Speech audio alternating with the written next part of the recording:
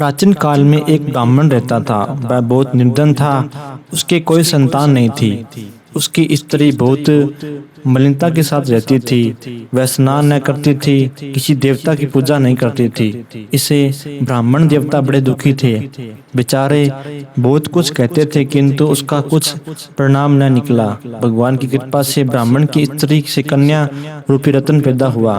कन्या बड़ी होने पर प्रातः स्नान करके विष्णु भगवान का जाप व गुरुवार का व्रत करने लगी। अपने पूजा पाठ को समाप्त करने के बाद विदा ले जाती और अपनी मुट्ठी में जौ भरकर ले जाती और पाठशाला के मार्ग पर डाल जाती। तब ये जो स्वर्ण के जो जाते लौटते समय बीन कर ले जाती। एक दिन बालिका सूप में उस सोने के जौ को फटकर साफ कर रही थी। उसके पिता ने देख लिया और कहा कि हे बेटी, सोने के जौ के लिए सोने का सूप होना चाहिए। दूसरे दिन गुरुवार था। इस कन्या ने व्रत रखा और बृहस्पति देव से प्रार्थना कर कहा कि मैंने आपकी पूजा सच्चे मन से की है, तो मेरे लिए सोने का सूप दे दो। गुरुवार ने उसकी प्रार्थना स्वीकार कर ली। रोजाना इस तरह कन्या जो फैलाती हुई जाने लगी। जब लौटकर जो बीन रही थी, वह गुरुवार कृपा से सोने का सूप मिला।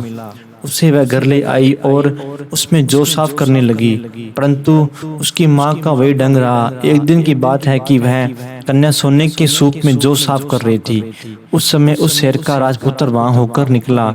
इस कन्या के रूप को कार्य को देखकर मोहित हो गया तथा अपने घर आकर भोजन तथा जल त्याग कर उदास होकर लेट गया।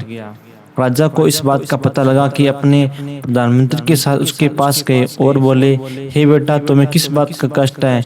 किसी ने अपमान किया है अथवा और कारण हो सो हमें बताओ। मैं वही कार्य करूंगा जिससे तुम्हें प्रसन्नता होगी। अपने पिता की राजकुमार ने बातें सुनी तो वह बोला, मुझे आपकी कृपा से किसी बात का दुख नहीं है। किसी ने मेरा अपमान नहीं किया है, परंतु मैं उस लड़की से विवाह करना चाहता हूँ जो सोने के सूप में जो साफ कर रही थी। यह सुनकर राजा आश्चर्य में पड़ा और बोला, हे बेटा, इस तरह की कन्या का पता तुम्हें लगाओ, मैं उसके साथ तेरा विवाह अवश्य करवा दूंगा। राजकुमार ने उस लड़की के घर जाकर पता बतलाया। तब मंत्री उस लड़के के घर गए और ब्राह्मण देवता को सभी हाल बतलाए। ब्राह्मण देवता राजकुमार के साथ अपनी कन्या का विवाह करने के लिए तैयार हो गया। विधि विधान के अनुसार ब्राह्मण की कन्या का विवाह राजकुमार के साथ हो गया। कन्या के घर जाते ही पहले ही भांति उस ब्राह्मण देवता के घर में गरीबी का निवास हो गया। अब भोजन के लिए अन्न बड़ी मुश्किल से मिलता था। एक दिन दुखी होकर ब्राह्मण देवता अपनी पुत्र के पास गए। बेटी ने पिता की दुखी अवस्था को देखा और अपनी माँ का हाल पूछा।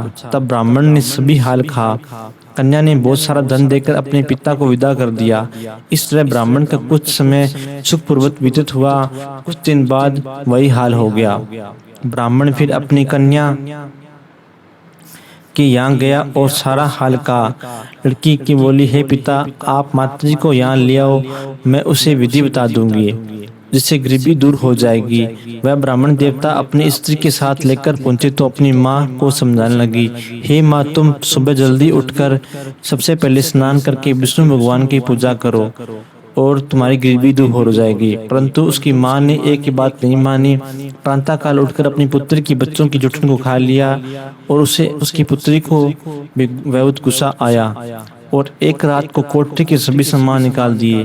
अपनी माँ को अपने उसमें बंद कर दिया। सुबह उसे निकाला, स्नान कराकर पाठ करवाया तो उसकी माँ की बुद्धि ठीक हो गई और फिर प्रत्येक गुरुवार को व्रत करने लगी। इस व्रत के प्रभाव से उसके माँ बाप बुद्धि धनवान हो गए और पुत्रवान भी हो गए। बृहस्पति देव के प्रभाव से इस लोक सुख भोगकर स्वर्ग को प्राप्त हुए। तो आपको इस वीडियो को कैसे लगी? अगर अच्छी लगी तो वीडियो को लाइक कीजिए, शेयर कीजिए, चैनल को सब्सक्राइब कीजिए। सब बोलो विष्णु भगवान की जय, बोलो बृहस्पति देव की जय। जय श्री कृष्णा, राधे राधे।